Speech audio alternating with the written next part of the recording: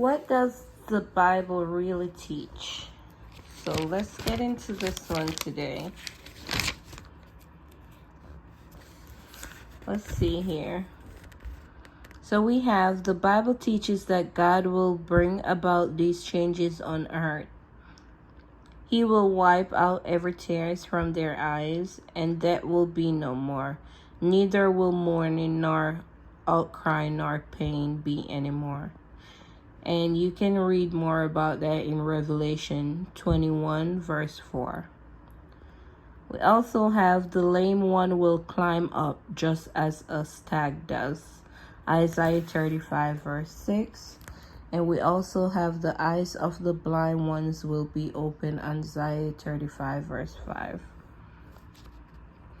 And we also see that all those in the memorial tomb will come out in John 5, 28, 29. No resident will say, I am sick. And we also have, there will come to be plenty of grain unhurt. Psalm 72, verse 16. All right, so we're going to start in chapter 1. What is the truth about God? Does God really care about you? What is God like? Does he have a name? Is it possibly to get close to God? Have you ever noticed the way children ask questions? Many start asking as soon as they learn to speak. With a wide, eager eyes, they look up at you and ask such things as, why is the sky blue? What are the stars made of?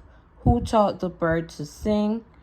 And you may try to answer, but it is not always easy. Even your best answer may lead to yet another question. Why?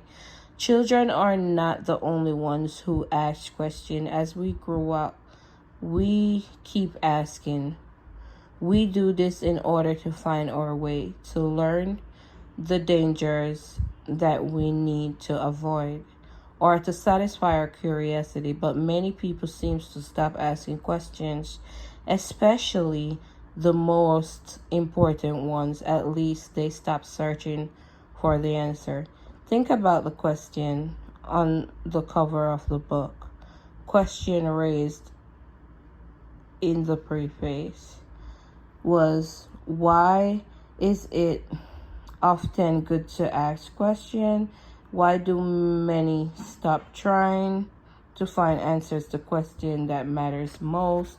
And then the next one was, what is the truth about God? So, what is the truth about God? So it says here that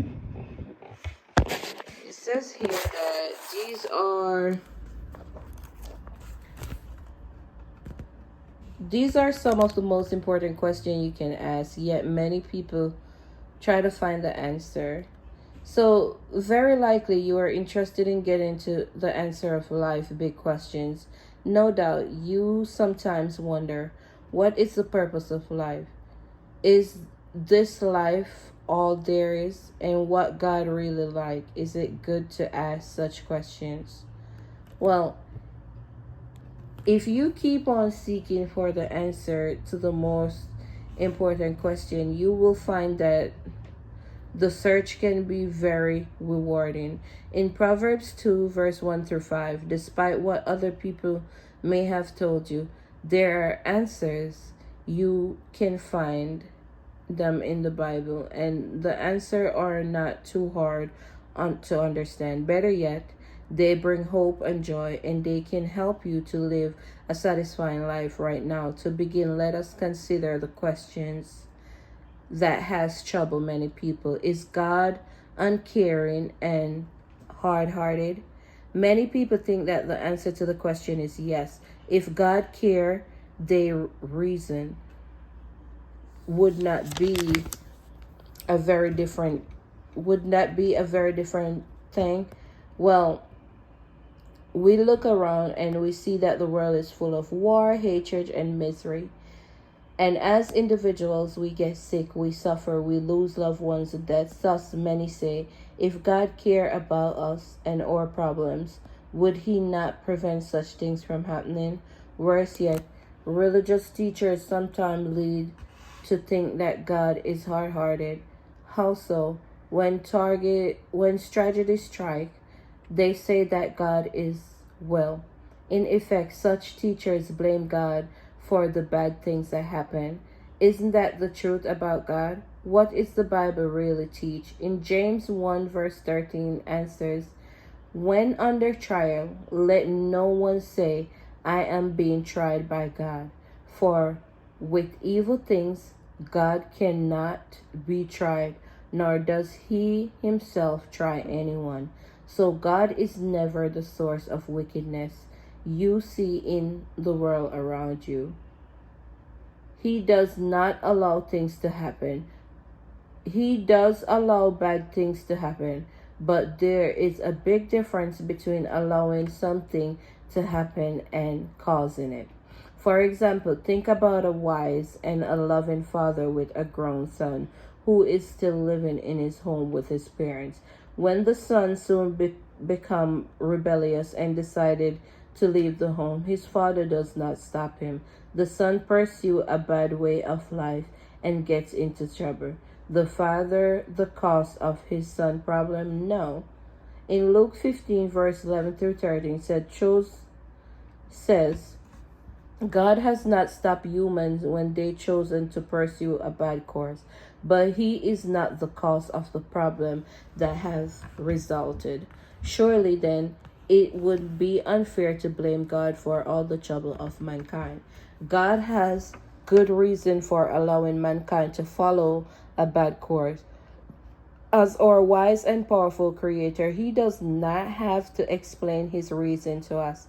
Out of love, however, God does this. You will learn more about this reason in chapter 11.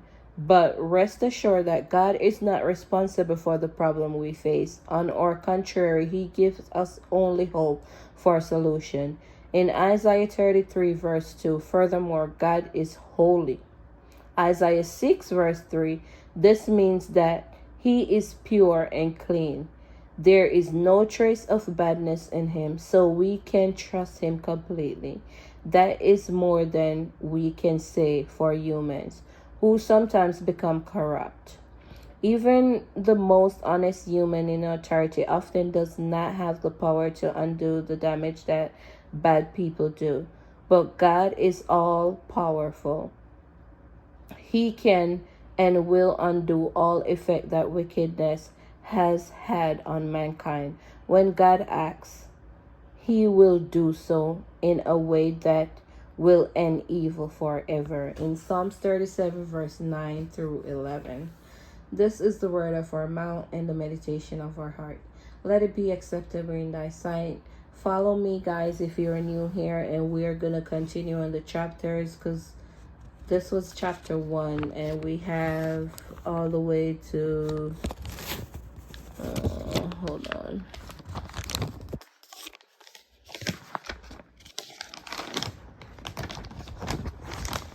Yeah, we have numerous of chapters here. So today the chapter we were looking at was